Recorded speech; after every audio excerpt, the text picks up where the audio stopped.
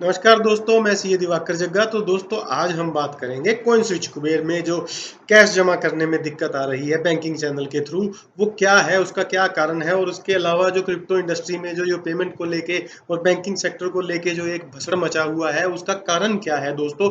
तो मैं आपको बता दूं कि कॉइन स्विच कुबेर में पिछले 1-2 दिन से बैंकिंग सेक्टर के थ्रू, बैंकिंग चैनल के थ्रू आप पैसे जमा रुपए जमा नहीं करा पा रहे हैं, आईएनआर जमा नहीं करा पा रहे हैं। तो इनका जो बैंकिंग पार्टनर है वो कोटक महिंद्रा बैंक है।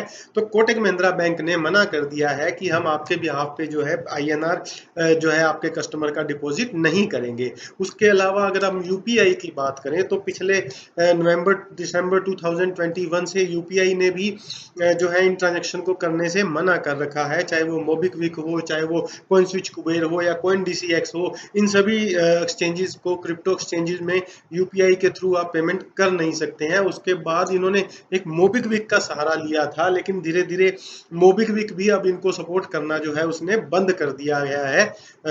वजीरेक्स, कॉइन डीसीएस है या आपका कॉइन स्विच कुबेर है, इन सभी में अब आप मोबिक्विक के थ्रू भी पेमेंट करने में जो है एक मेजर प्रॉब्लम आ रही है। और इसमें एक बहुत जो है मेजर चार्जेस मोबिक्विक की तरफ से लिया जाता था, जो कि 1.5% प्लस 18% का जो है वो जीएसटी हमसे लेता था।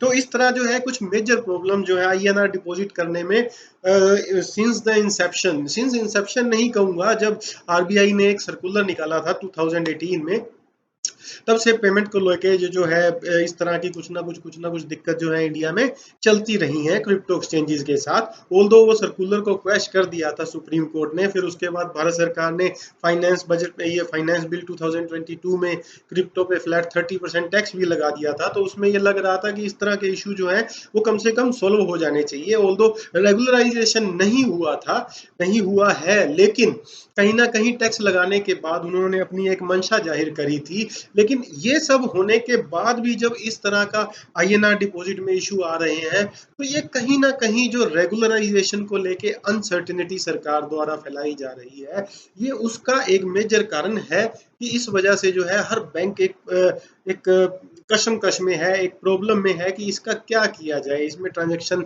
अलाउड की जाए या नहीं अलाउड की जाए। तो अभी जो ये कैश का जो इशू चल रहा है, कैश डिपॉजिट में, आईएनआर डिपॉजिट में जो क्रिप्टो एक्सचेंजेस को प्रॉब्लम आ रही है, तो थोड़ा जो हमने अपना इंटरनल सोर्सेज से पता किया है, जो हमें पता लगा है, वो ये है कि ये थोड़ा सा इनका जो है कुछ रेगुलेटरी इशू है, जो कि होपफुली जल्दी सोल्व हो जाएगा। और इन एक्सचेंजेस में, कॉइन स्विच कुबेर जैसी एक्सचेंजेस में कैश डिपॉजिट जो है, आईएनआर डिपॉजिट जो फैसिलिटी है, वो दोबारा शुरू हो जाएगी।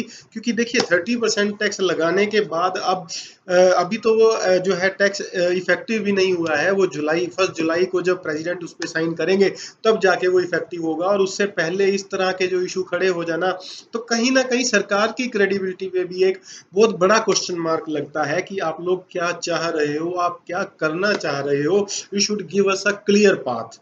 जब आप टैक्स लगा रहे हो तो आपको रेगुलराइजेशन के बारे में भी सोचना चाहिए, या आपको कम से कम क्लैरिटी देनी चाहिए कि हम रेगुलराइजेशन करने जा रहे हैं। ऑल्दो टैक्स लेना आपका एक सोवरेन राइट है, वो आप ले सकते हैं, लेकिन कहीं ना कहीं आप वो हमें इस पे क्लैरिटी दो कि आप इसमें अब करना क्या चाहते हो।